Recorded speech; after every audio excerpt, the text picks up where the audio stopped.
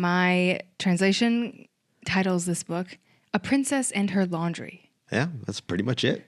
Yeah. There's a lot of laundry in this book. It's like The Princess and the Pea, but instead it's The Princess and Her Laundry.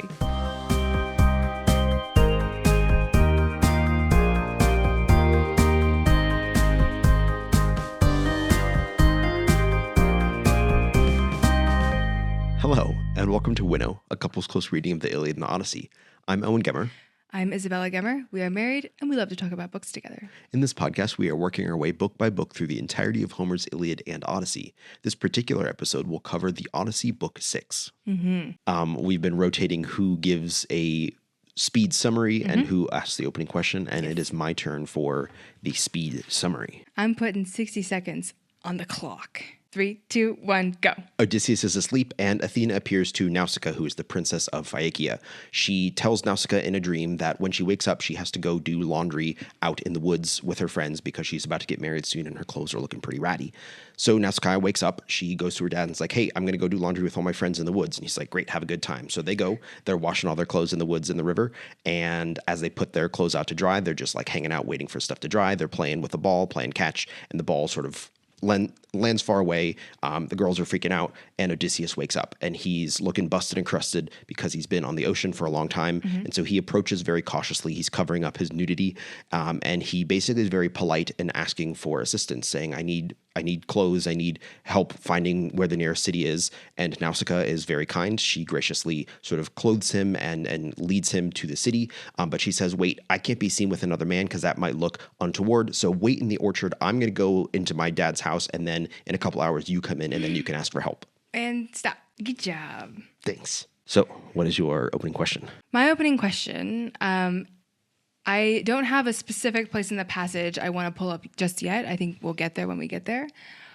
But it's a nice general opening question. So basically, in this book, it's almost like Odysseus isn't the main character because it starts with, the scene shifts. It starts with, we meet this whole new character, Nausicaa, who is the princess of the king of the Phaeacians. And she is going on this journey of her own, it feels like. With Athena giving her gives her this task of go do your laundry. And she's going on she's going on her own journey. But throughout this whole book, it is mentioned constantly that she is of marrying age. And she's not betrothed to anyone in specific, but it's like she's, what do they say in Jane Austen books? Like she's out in society, right? It's that she's of marrying age, and it's understood that societally she can be courted by various suitors. So it's my general question is, because it's out throughout the whole book, why is there always such an emphasis on this girl is basically almost of marrying age? Interesting. I hadn't thought about that angle. So one way that I think Nausicaa being sort of marriageable age impacts sort of all of her behavior throughout this is that she's really aware throughout the entire book about how she's going to be perceived. Yeah. She's, again, very polite in asking her father for permission. She's making sure, she's doing sort of everything right. When Odysseus comes out, she's very, again, like, cautious, and then when they're planning to sort of go back into the city, she wants to make sure she's not sort of seen in again some like untoward manner. And so because she is so sort of cognizant of the kind of external perceptions, we see Odysseus mirroring that, because Odysseus, I think, is really good at mirroring the people around him and sort of figuring out what he has to do in order to fit in. Yeah. And so I think we begin to see Odysseus as that mirror, that ability of him to just sort of sit back and observe other people and then sort of follow their lead. And so I think we learn a lot about Odysseus's adaptability, because previously, right, he had been with Calypso. Well, just previously he had been alone on the ocean, like really haggard for 20 days. And previous to that, he had been with just Calypso for a very long time. So he actually hasn't been in society or with other human beings for quite a while, and this is his kind of reintroduction. And so I think that there's a layer by which Nausicaa, being so cognizant of her social perception makes Odysseus then also like get back into that mindset of like, oh yeah, I am in society. I do have to like figure out what customs are happening and all of that. He picks up quite quickly when he wakes up. We can get into the specifics. He wakes up, he hears the girls like kind of screaming, but it's because they're having fun. They're like playing some sort of game with a ball. They're playing like volleyball basically. And he hears screaming, and he's kind of like, okay, I don't know where I am. I don't know what kind of people these are. I just heard screaming. That's usually not like a good thing.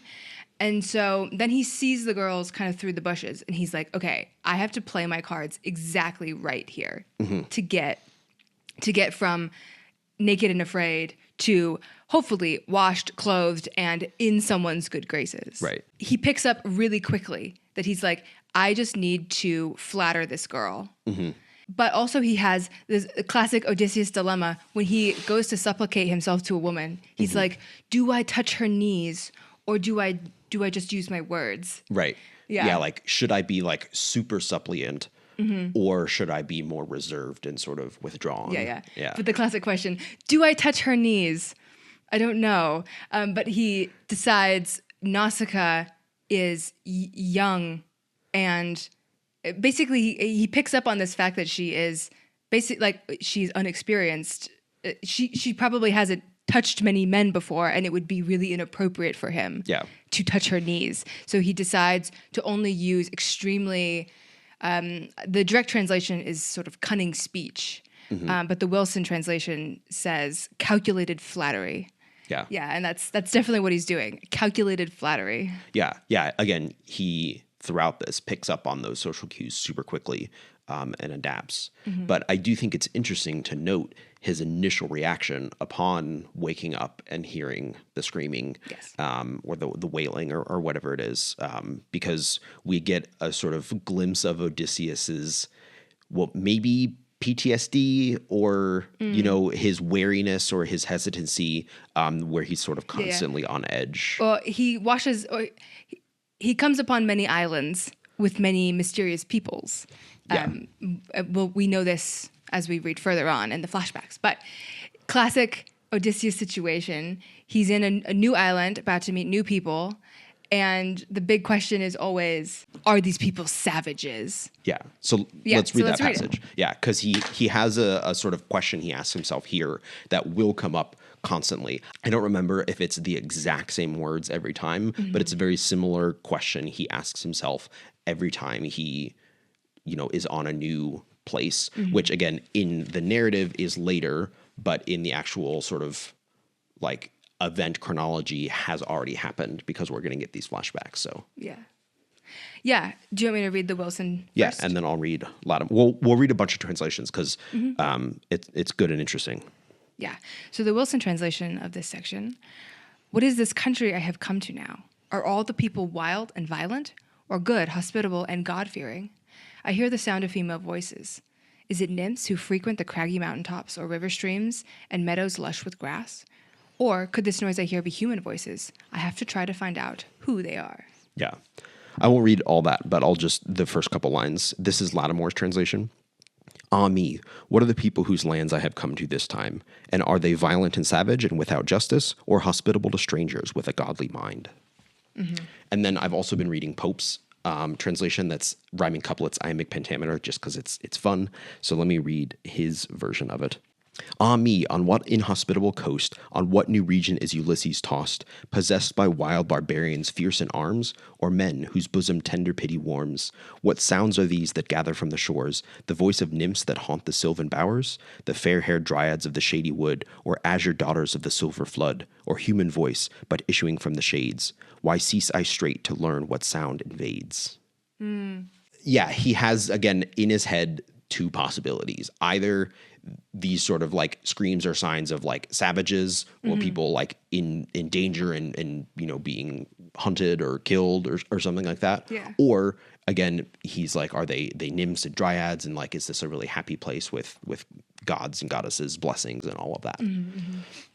So because this theme comes up where Odysseus is constantly wary about who he's going to be interacting with. We decided to look up all of these different possible kinds of people he might meet in the Greek. Yeah. So this is Greek time, baby. This is going to be a kind of lightning round where we've got a bunch of different terms to look at. Yeah.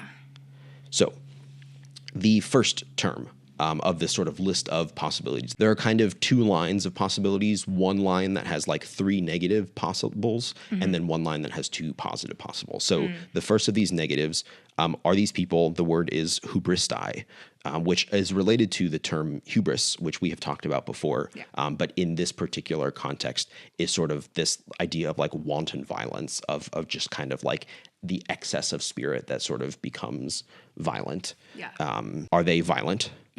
Or are they, the next term is agrioi, which gets translated as savage. And it's related, the sort of etymological root is the same word as sort of the field or sort of the countryside. And so it has this idea of like animals or people who sort of come from outside. So there's this context of like barbarians or something like that, where they are sort of outsiders, savages, in that sense. And then the next term, again, in this list of negative possibilities, is that they are oude dikaioi. So oude is a negation, and then dikaioi we've already talked about. That is sort of, justice, righteousness that has kind of, again, shifted through that, but is kind of, those without justice, or this sense of law or sort of morals or righteousness or these kinds of things. So again, all of these are potential negative possibilities. Or, he says, are they philoxenoi? So this is an interesting compound. The philos is love of, and then xenoi is like we have xenophobia now, but xeno is sort of strangers. So are they lovers of strangers? Yeah. People who are kind to strangers. Yeah. Which Odysseus is always interested in. Yes. Which he's always the stranger. Right, right. And again, we've talked about this sort of customs of guest friendship at the time, where they were very much expectations of hospitality towards strangers from, again, civilized people. And so that's, again, part of his question here is like, are they people who follow our laws and customs? Are they, lovers of strangers and who are going to treat me well? Or are they these sort of violent, savage people who don't know anything about our customs, which, again, he has met plenty of along his way. Yeah. And then the last potential, along with the stranger lovers, is people who have a nous, which is mind, and then the adjective theudes, which is like God-fearing, related to God. And so are they people sort of a God-fearing mind? And so both of those are related, right? Like if you are God-fearing, then you will be stranger-loving, because you will, again, have this understanding that any stranger who approaches you could be a god, and so you should treat them kindly. And so, he has this hope. Obviously, he's hoping that these people that he's approaching are the kind who will greet him warmly, will give him gifts, will help him home. From this chapter, from this book, what kind of people do we gather the Phaeacians are? Because they have a pretty easy life. It's pretty idyllic, even though, he thinks there might, he's like, have I come to a place where there are nymphs just living in paradise? There aren't necessarily explicitly nymphs, but it does seem to be a very nice place. It's implied that it's sort of been untouched by war. Yeah. At the very, very beginning, even before we get to Nausicaa, we get a description of this sort of island of the island is Scheria, and it's the Phaeacian people who live there. And we get this backstory that the Phaeacians used to sort of have a lot of territory, but the Cyclopses sort of attacked and sort of chased them out. And so they had to kind of run away and find this new home. Yeah. And now that they are at this new home, they have built a wall, and they are kind of very isolationist. Yeah, they came from Hyperia, a land of dancing. Yeah, the Cyclops looted them so bad, they were like, we got to get out of here. They went to a new place, holed themselves up. Yeah, so they're surrounded by a wall. They're not interested in dealing with too many people. And it's mentioned often that they have a love of dancing. Nausicaa talks about her brothers always going to the dance halls, sort of. So yeah, but Odysseus, in contrast, is this really haggard, war-torn veteran. And he's coming upon these people who they do have similar customs. They seem to be interested, Nausicaa seems to be interested in taking in Odysseus and taking care of him, the love of stranger thing. But they don't really have a lot of dealings with strangers ever. Right. Odysseus seems to be maybe the first stranger that's been to this island in a very long time. Yeah.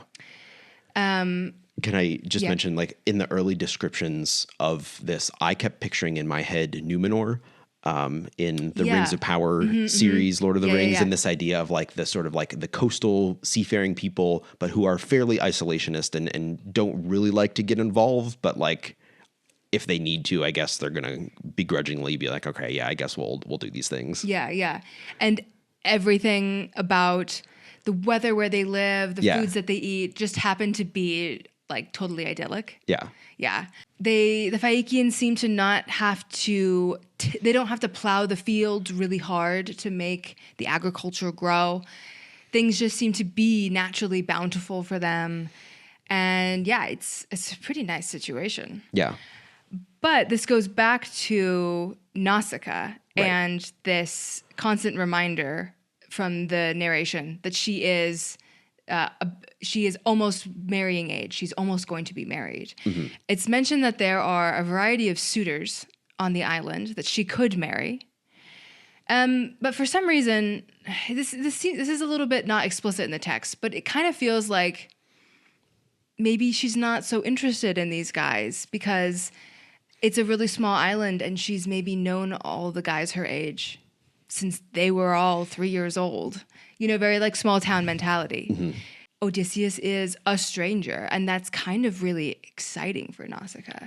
The other thing that comes along with the reminders of marriage is, again, this emphasis on clothing, where it is not simply that she has to go out and be in the world, but in order to properly be in the world and attract suitors, she has to like do her laundry, which again kind of implies like she's been neglecting that, that like, they're like, yeah, you haven't like washed your clothes in forever. And so again, this is speculative, but I wonder if she's been like intentionally trying to sort of look dirty or not present herself well because she's trying to sort of stall or delay the inevitable. Yeah. No, she hasn't been interested in attracting any suitors on the island.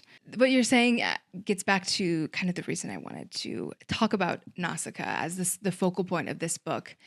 I read her as a sort of young version of Penelope, being trapped on this island, surrounded with this expectation that she's supposed to marry, surrounded by the same guys.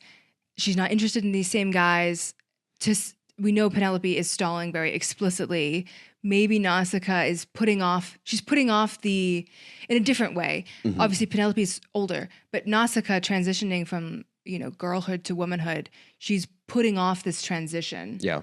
Yeah. So when Odysseus sees Nausicaa, he is really, it probably is. It is calculated flattery. But is there a part of him when he sees Nausicaa that he maybe is explicitly reminded of Penelope? Yeah, and I don't know if he's reminded of, but there is, I think, this contrast, right, of Nausicaa is sort of, she is a part of society, but almost doesn't want to be, where, again, she seems happier out in the woods with her friends playing ball or whatever. They seem to be having, like, a great time. Oh, wait, hold on, pause. Yeah. The best time. Yeah. Like, I love this idyllic, I can't even begin to tell you how much I want to go wash laundry in the river with my girls and play volleyball and bathe in the stream. Like, it is the dream she's living right here. And that's in contrast to Odysseus, who has been out of society, is disgusting and busted and crusted and just like really haggard, but he wants to be in society. And so they're kind of meeting in the middle. She wants to sort of come out of society and he wants to get back into society. And so in many ways they are this like balance and match for each other. Again, not in a romantic way. I think it's actually really important that there is really no hints of romantic or sexual interest on either end that I think come up. It's not romantic interest in each other, but it is like it is a strange way in which there is that undertone to it where there's an admiration. Yeah, he is reminding her there are other men in this world, kind of. They're both reminding each other of what their lives have to offer. Right, because And she there- is reminding Odysseus that, like, you know, being a part of society and the sort of like regalness is like an attractive lifestyle.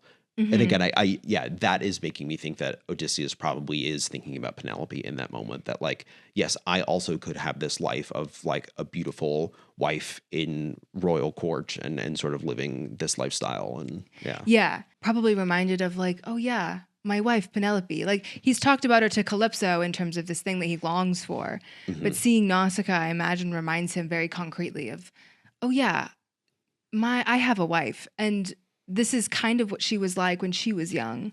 And it brings that into a more concrete form.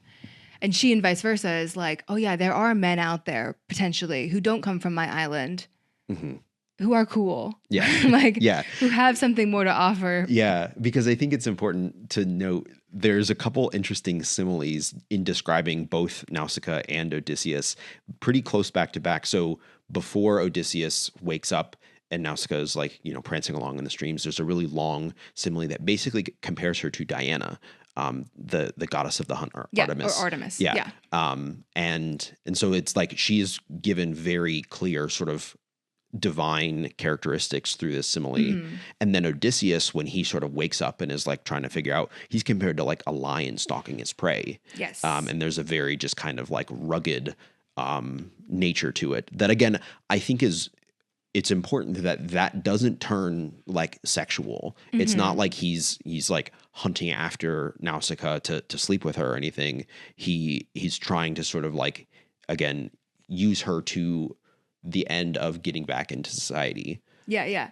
I think he sees from his position in the bushes, which obviously can be read as creepy. And he knows that. I think this thing, Odysseus hasn't put himself in the situation of being naked and creepy on purpose. Right. This is the situation he's landed himself in, and he knows how it looks. Right.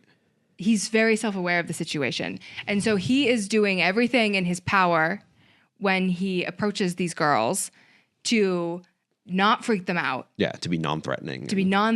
Even though, right, the narration compares him to a mountain lion. Yeah.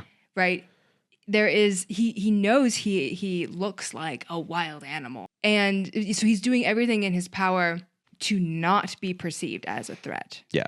And yet he still is, because the narration is also very clear that when he does come out, every one of the women like runs away and is like freaked out, except Nausicaa. It's even clear that she stays because Athena puts courage in her heart. That like her initial temptation also was to run away, but Athena like strengthens her to like, no, you should stay and talk to this person. Yeah. Athena is, we should reiterate, Athena is orchestrating this whole interaction. Yeah. She's the one who gets Nausicaa out there. She's the one who wakes up Odysseus when she's there. She orchestrates this whole interaction. So very Athena. Yeah. And then once they're there, Odysseus lays it on super thick. Like he goes on for like a whole page about how wonderful Nausicaa is and like how much he wishes her well and for blessings and all of this. Yeah. It's so over the top. I do want to read the part when he compares it to a fresh young palm tree. Beside Apollo's altar sprang a sapling. He's talking about this tree he saw once. A fresh young palm, I gazed at it and marveled. I never saw so magical a tree. My lady, you transfix me that same way. I am in awe of you, afraid to touch your knees. But I am desperate, he goes on to say. Yeah. He's in how he came to be in his situation. But it's also so interesting to compare her to a fresh young palm tree. It also desexualizes the situation. He manages to praise her beauty, but also be like, you are as curvaceous as a young palm tree. You know what I mean? So he's like, like you are beautiful in your like recognizing that sort of burgeoning youth, the youth in her, but being like, you are not like a woman yet. Because then he basically transitions into sort of wishing her well, that like, I hope that you find a wonderful husband and all of this, that like he's very clear that like, I'm not interested in you. I have hope for you to find other people beyond me. And so he's seems to be very intentionally making it clear, I'm not interested in you, but I want what is good for you. Yeah. So may the gods grant all your heart's desires, a home and husband, somebody like-minded. For nothing could be better than when two live in one house that binds in harmony, husband and wife. Their enemies are jealous, their friends delighted, and they have great honor. In those few lines, he is essentially describing what he believes his relationship with Penelope was, and hopefully what it will be when he returns home. Yeah. And that the like-mindedness is something that will come up again in the future. It's this deep sense of compatibility that.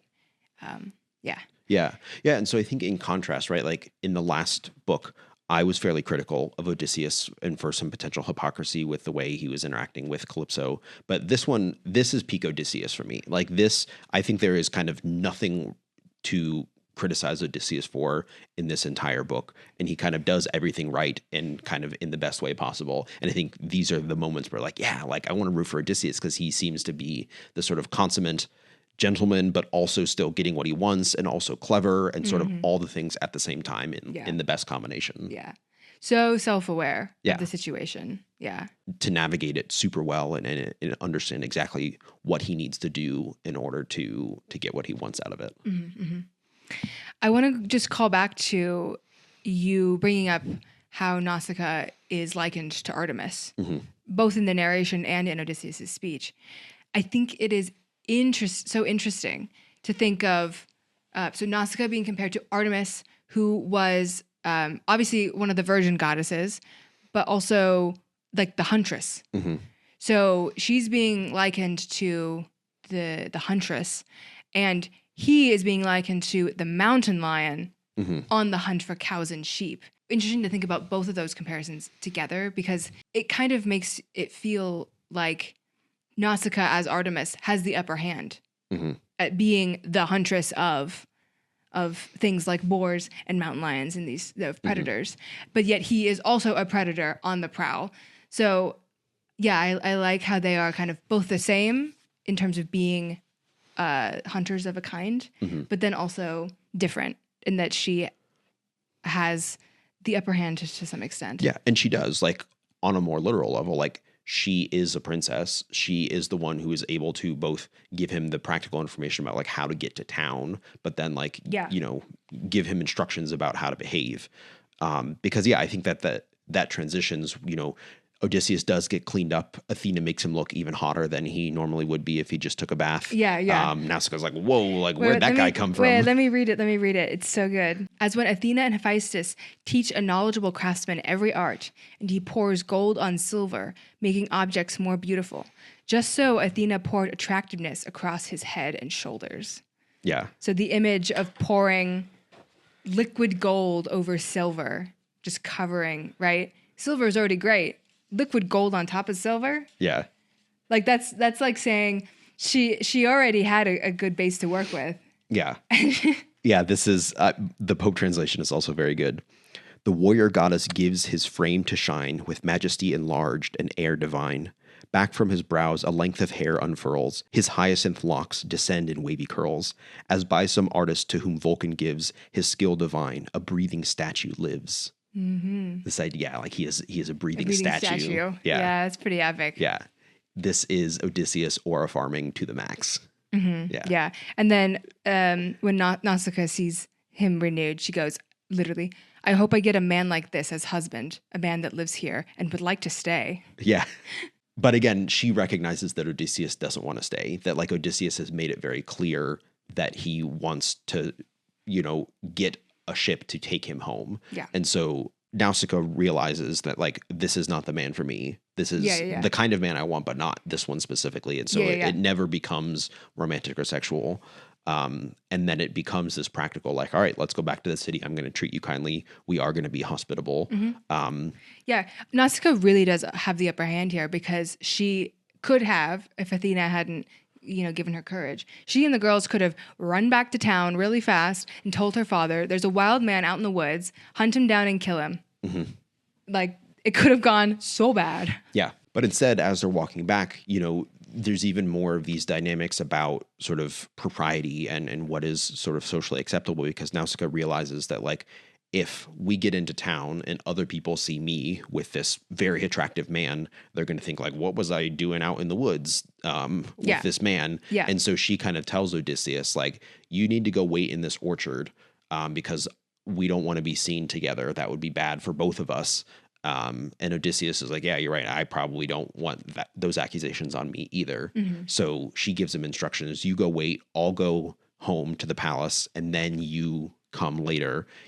She's even like, you can ask anybody where the palace is. It's the biggest place in town. Even any kid will just know exactly where I live. Yeah. And then she's even more explicit in terms of, like, you should come, you'll find my mother here, talk to my mother first, and then she'll entreat you to my father and all of this. And so she is, like, giving him very clear instructions on how to navigate the social dynamics that he will then sort of come into. Yeah. Yeah. We'll talk about that more later in the next book. We'll talk about the king, like her mother and father, the king and the queen, and the dynamics between the two of them. It's quite interesting. I think on this island with the Phaeacians, I think it's very much like the women are kind of in charge, or the women have a lot of power, and the men they have ships. They're good seafarers, but they are not warlike men. They are not manly men. They are the kind of men who dance and who haven't really fought in any altercations in a long time. And so they're kind of soft. Yeah. Like the suitors. Yeah. That is another parallel, because they are, as a nation, they are kind of isolationist. And so, yeah, it's pretty clear that, like, these people didn't send anybody to the Trojan War. Like, they weren't sort of getting involved in all the politicking that was happening. And so that's a great point, that though they are sort of happy and bounteous and sort of idyllic in many ways, that has bred a sort of, like, softness into them. Yeah. Yeah. And Nausicaa, just like the suitors in Ithaca, she has suitors that she's not maybe that impressed with. And so that's why she's so impressed with this stranger. She's like, oh, there are men who are like this. Right. That's interesting. Yeah. Didn't know that. Yeah, he just survived 20 days on the ocean by himself. Like, what? He looked all gross, and then he took a bath, and now he's, like, the most attractive person I've ever seen. Yeah. Yeah, what's up with that? Yeah, it's a pretty short book. And there is more to come. Yeah, so obviously in the next book, we're going to get Odysseus going through with this plan. And as you mentioned, we'll see, again, how he interacts with these different social dynamics. And so if you're reading ahead, pay attention to what Odysseus reveals about himself and what he doesn't. Yeah. Because he, again, is not just sort of like going in like, I'm Odysseus, I'm here. He's much more cautious and, again, sort of thoughtful about what information he's revealing at what times. If you want to read ahead for next week, I have the Samuel Butler translation recorded as an audiobook that you are welcome to listen along to. You can read on your own, or you can just tune in and we will summarize. Yep. Audiobook of Book 7 available. We should also make it known, I don't know if I ever explicitly announced it on the podcast, we have started posting the audio only of Owen's audiobooks on our podcast feed as well. So if you don't have YouTube Premium, you can go over to, because you want to listen in the car or whatever. Yeah, if you want to listen in the car and you don't want to have the YouTube video open, those kind of things, you can go over to the podcast feed to get all of the audiobooks, audio-only versions there. Yeah. Or if you are sitting at home, I have the YouTube version with the text on the screen, so you can also read along as you listen along if you prefer that video version. Yeah. Just depends on how much driving you do, I guess. Yeah. Give us a like and a subscribe. We'll be excited to journey through this with you. And until then, happy reading. Happy reading.